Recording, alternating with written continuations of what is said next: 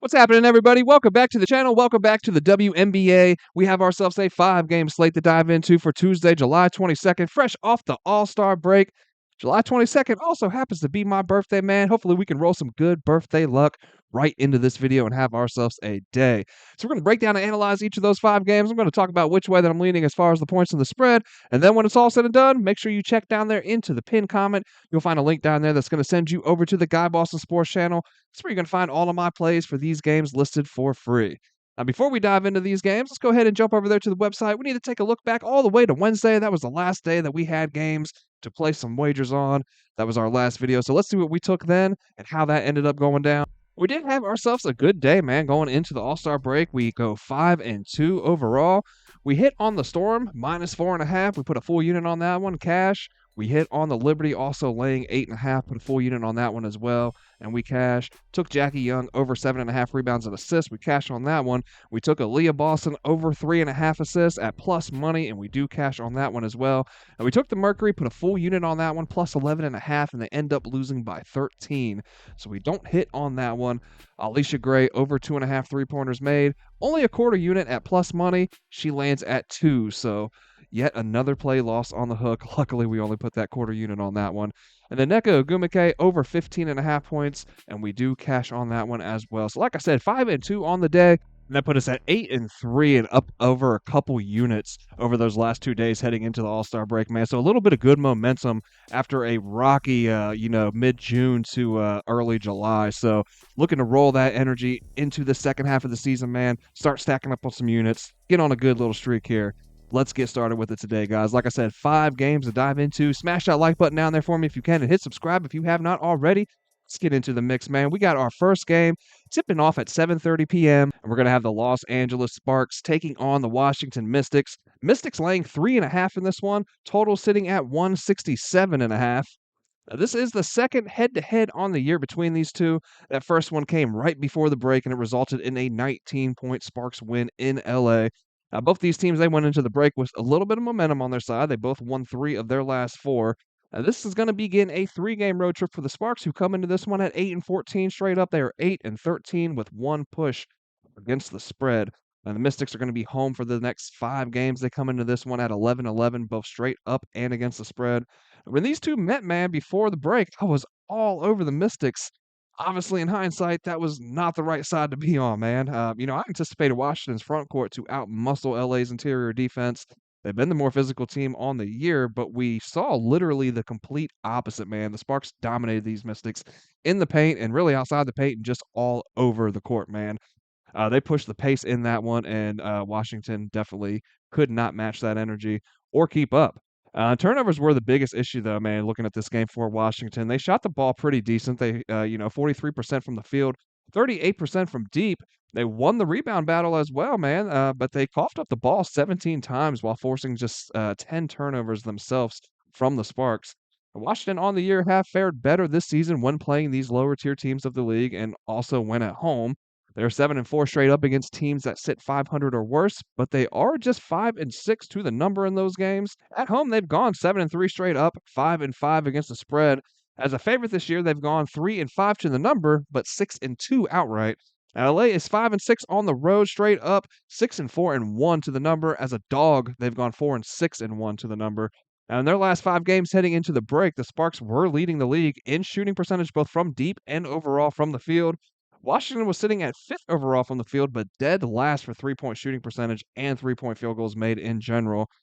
I don't have a lot of confidence back in either of these teams, though, right now on the spread, fresh off the break especially. Honestly, this feels like a coin flip game, so it's one that you can make a case for either side, really. Ultimately, though, I'd be leaning towards Washington, man, and probably just hitting the money line with them, if anything, in this one. Although if we go that route now, we're not getting the best of the number. That's the problem, man. It's juiced. I think -150, -155 is what I'm seeing now. It opened up at -125, so not too juiced that it's like not worth taking, but definitely not getting the best of the number in that regard. Sparks offense does see an uptick on the road. They're sitting at 4th for offensive rating, but they are 3rd to last for defensive rating when away. And for the Mystics, while the offensive struggles and inconsistencies have followed them wherever they play, their defensive rating at home is sitting at 6th. LA will look to get out and push the pace, man. We do know that looking at that last game. But I think Washington can dictate the pace and the tempo more on their home court, slow this thing down some to the half court, more this second time around against the Sparks. So give me the Mystics, man. If I'm going to pick anybody, like I said, I'm going to roll with the Mystics on the money line. Looking at the total, man, 167.5, it feels high to me for a Mystics game, no matter who's on the other side. Uh, I don't know. I don't see their defense giving up enough at home to get us there, and I don't see their offense putting up enough to get us there either. They did fly up and over this number in their first head-to-head, though, that game right before the break. And I'm sure that's playing into where this total is sitting at right now, but I don't know. I expect a sluggish start for this game and a lot of these games tonight, honestly, with everyone coming back from either about a week off or still coming down from the All-Star festivities, the multiple parties that they attended over the weekend, that they all seem to have a really good time at. So I'm leaning under in this one. And next up, going to be looking at the Indiana Fever taking on the New York Liberty. 8 p.m. tip-off time for this one. Liberty laying 10.5, total sitting at 163.5. So we're going to start with the injury report here with a key piece on both sides listed as a game time decision, but one is looking a little more doubtful than the other. Caitlin Clark is most likely going to miss this one with the groin injury that she's been dealing with. Jonquel Jones, however, was running full court drills 5-on-5 last week in practice, and Coach Brodello did express hope for her to return, as she put it, shortly after the All-Star break. So how shortly is going to be remain to be seen, but I do think the Liberty opened up 8.5-point favorites, and we're seeing that line move in their favor. I think that's kind of telling as well that I do think that we see Jones out there for this one, man. And that's huge, because this ultimately plays a huge part in how we look at this one. But even so, with or without Jones, this Liberty team showed before the break that, one, at home, they aren't to be taken lightly whatsoever. And then two, without Clark out there, man, for Indiana, that gap between these two teams greatly widens. Now, these two did just meet up last Wednesday without Clark out there for the Fever before the break. New York put up 98 points on the Fever. They won by 21. They shot an absurd 52% from deep, 58% overall from the field. What really hurt Indiana, though, was their lack of efficiency with the ball. They only had 12 turnovers, nothing crazy, but they also only managed 16 assists, and the offense was just pretty stagnant for the majority of that game. New York, on the other hand, 13 turnovers, but 30 assists to go with those, right? So definitely more efficiency and more ball movement on the New York side. As I've said before, man, so much of what Indiana does offensively is centered around Clark, and with her in and out of the lineup as much as she's been, it's been hard for this Fever team to find any kind of consistency on that end. Once they get it going, man, she's out again. Once they get it going without her, she's back again. It's just been the case all season long for this Fever team. Can't get there with Indiana in this one, man. Even with the spread sitting at double digits, Liberty have owned the Fever over the last few years, winning 11 of the last 13 head-to-head, and although they've split the last 4 head-to-head matches, the Liberty have smoked the Fever when playing in New York by an average of 22 points per game so far in the Clark era. So I'm leaning New York, man, and that's with Clark on the court or not on the court. It doesn't matter. So far since she's come to the Fever, when playing in New York, they're getting crushed, man. So I would have to lean with the Liberty on this one. For the total, both teams were more middle of the pack in terms of pace over the last 5 heading into the break. The Liberty have hit to the under in 4 of their last 5, but the Fever have hit to the over in 4 of their last 6. Now, they did go up and over the 163 mark that the game last Wednesday closed at, and 8 of the last 10 head-to-heads between these two have gone over as well. The Liberty, despite hitting to the under at an 80% rate in their last 5, have hit over this specific number right here at a 70% rate over their last 10 games. Head to head, we've seen these two get up and over this number in 6 of the last 7 that they played over the last 2 seasons. So I'm going to lean over for this one as well. Next up, looking at the Chicago Sky, Minnesota Lynx. Lynx laying 13.5 in this one, total sitting at 161.5. Another 8 p.m. tip-off time. These two, man, they have played so much here in July, man. This is going to be the 4th match between these two on the season and in this month alone. The Lynx have won 2 of those 3 games so far, covering in 1 of those and coming in as a double-digit favorite in all 3 of the games so far, including this one. So all 4 of the games, the Lynx have been double-digit favorites. Ariel Atkins is a game-time decision here, and her status is big in my opinion, man. Whether she's in or out, it's going to be huge for Chicago. She is a key piece to what they do offensively, both with her scoring and facilitating. Second on the team as far as points per game and assists per game behind just Angel Reese. Ability, man, to get to the rim, it keeps the defense honest, right? They got to respect it, and that opens up those kick-out lanes for those open shooters. The Sky did enter the break hitting at the 3rd highest percentage from deep in their last 5 games. They've really turned it up from outside. But you also have Cardoso and Reese down low to play cleanup on the glass, man, when she's out there, Atkins, when she's out there attacking the rim like she's able to do. So it's a big loss if she's not able to go in this one. Regardless, though, 13.5, it does feel like a lot to lay with this Lynx team, with their tendencies to start slow. But then you start to look at it, right? And, they've gone 8-5 to the number as a double digit favorite this year, which was kind of surprising to me when I looked at it. Because, like I said, they just always seem to start slow, just kind of play around a little bit, right? And then towards the end of the game, turn it up and, you know, get the cover 8 times out of 13 times, apparently. So they're 20-4 on the year. They're 14-10 against the spread. So, we shouldn't really be stressing and overthinking this one, right? It's a Minnesota Lynx spot. Well, I'm stressing and overthinking it, I guess, because I don't know, man. It's just always hard to tell which Lynx team you're going to get. These slow starts, it makes you want to look at Chicago early with the points, right? But, this is a focal point for Coach Reeves. She's talked about it multiple times about how this team needs to come out with more energy in the first half. So is this where they do it? Does Minnesota come out of the break and really lock in, and start to, mitigate and pick away at those minor flaws that we saw from them, through the first half of the year? Or maybe they come out flat, you know what I mean, off of an all-star break hangover. Like, half their rotation was out there at the trip. Even Natisha Heidemann's out there. She's not in any of the competitions on Friday. She wasn't in the game Saturday. She's out there having a blast with Courtney Williams. So, like I said earlier, man, a lot of parties over the weekend, a lot of festivities, a lot of good times, a lot of good times. So, not sure how any of these players are gonna fare really after that week off, as far as Russell's concerned, or like I said, if you were there at the Indiana All-Star festivities, I don't know how much of a hangover they're gonna have coming into this one. Definitely, something to keep an eye on here. The Sky, on the other hand, man, aside from Reese, they should come into this one plenty rested, right, from the break. So for them, it's that whole, like, how rusty are they gonna be to start this one off? So a lot of question marks in this one. Ultimately, I'm gonna lean the Lynx way, but I'm not sure that I can get there to pull the trigger on that line with it at 13.5, man, and this being our first game back from the break. So yeah, man, leaning the Minnesota way. Not sure I get there as far as the side is concerned. For the total, we've seen two in a row now land to the over between these two after the first head-to-head landed under. The Lynx have hit to the over in 3 of their last 4, but on the year they have hit under in 14 of their 25 played. The Sky are coming in having hit to the over in 2 of their last 3, and they went into the break shooting the ball pretty well as well. Like we talked about, man, they were third in the league from three-point range. Both these teams have hit up and over this specific number in 3 of their last 4 games, so I'm gonna lean over looking at this one here. The next up, gonna be looking at the Atlanta Dream taking on the Las Vegas Aces. Aces laying 2 in this one, total sitting at 161.5. Gonna be a 10 p.m. tip-off time. Aces enter into this one at 11-11 straight up, but just 8-14 to the number. The Dream sit at 13-9, 12-10 against the spread. Vegas won 2 straight heading into the break. They get this one at home before heading out for a 4-game road trip right after this.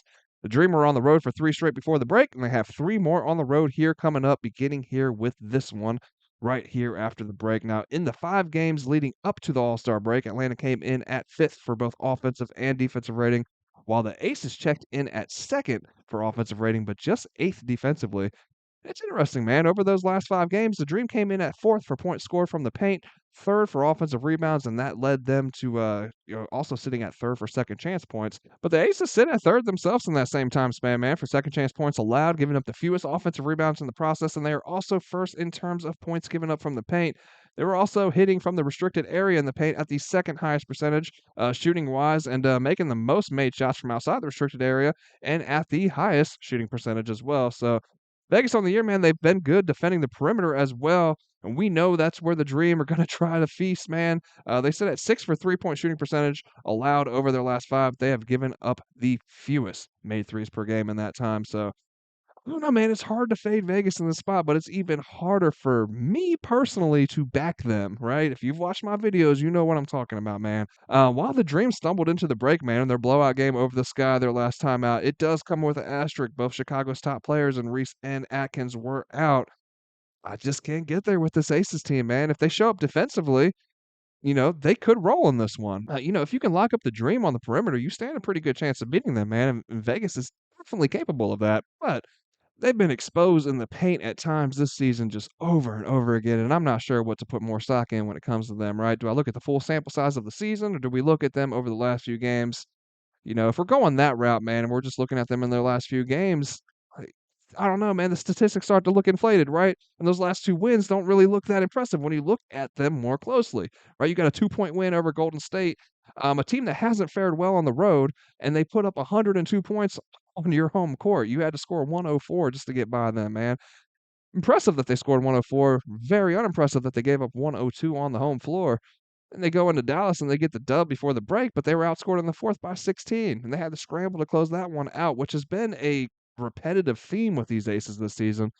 And going up against these better teams in the league, and Atlanta is one of those teams, man. You can't play around like that at the end of the game. So yeah, man, I don't know. I can't get there. I'm gonna lean Atlanta with the points. End of the day, I'm not sure that I get there with Atlanta, but if I'm going anywhere with this game, it's gonna be the dream.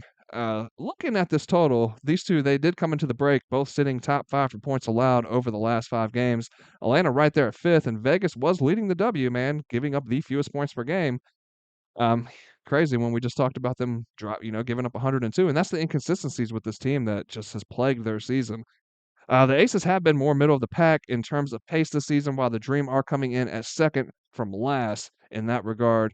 Dream have hit to the under in 2 straight, but did go over in the previous 5 before that. The Aces have hit over in their last 2. They landed under in their previous 5 before that. Now, I think with the play that we've seen from both these defenses as of late, combined with a potential sluggish start in their first game back from the break, though, man, I'm going to lean under in this one. And next up, looking at the Dallas Wings taking on the Seattle Storm. Storm are laying 10 in this one, total sitting at 165.5, and it's another 10 p.m. tip-off time in this one. It's going to be the third head-to-head matchup between these two this season. The Storm have taken each of the first 2 so far, one of those in Seattle, one of those in Dallas. Storm come into this one at 14-9 straight up. They are 12-11 to the number. They've won 2 of 3 at home before heading into the break. The Wings sit at 10-13 to the number, but just 6-17 overall, and they lost 4 straight on their way into the break themselves. Now, looking at the Wings, man, they sit at just 2-10 on the road, only 5-7 against the spread, while the Storm in Seattle check in at 8-4 straight up. But in all fairness, they are also just 5-7 to the number when playing at home. So, as a favorite this season, the Storm are just 6-10 against the spread, and as a double-digit favorite, 0-5. The Wings on their end, as a double-digit dog, they've gone 3-2 against the spread. 10 feels like a lot to lay with Seattle, when you start looking at all those numbers that we just mentioned. But then there's also this to consider. Over the last 5 games heading into the break, Seattle sat third from last for offensive rating, while the Wings, they weren't much better on their end, coming in at ninth. Defensively, the Wings were sitting dead last in those last 5, while the Storm, top of the W, first in the WNBA, man. Good for a net rating of fourth as well, while the Wings sit dead last for net rating. Dallas is the better rebounding team of these two. They did lead the W in offensive rebounds as well over the last 5 games heading into the break, and actually over the course of the season as well. But the Storm are sitting at fourth for second chance points allowed in their last 5, and the Wings haven't been doing much with those offensive rebounds as it is, man. They're just ninth in terms of second chance points scored in their last 5 games. I'm going to lean Seattle with this one, but definitely still pretty hesitant to get there with this team, man, until I see it more consistently from them.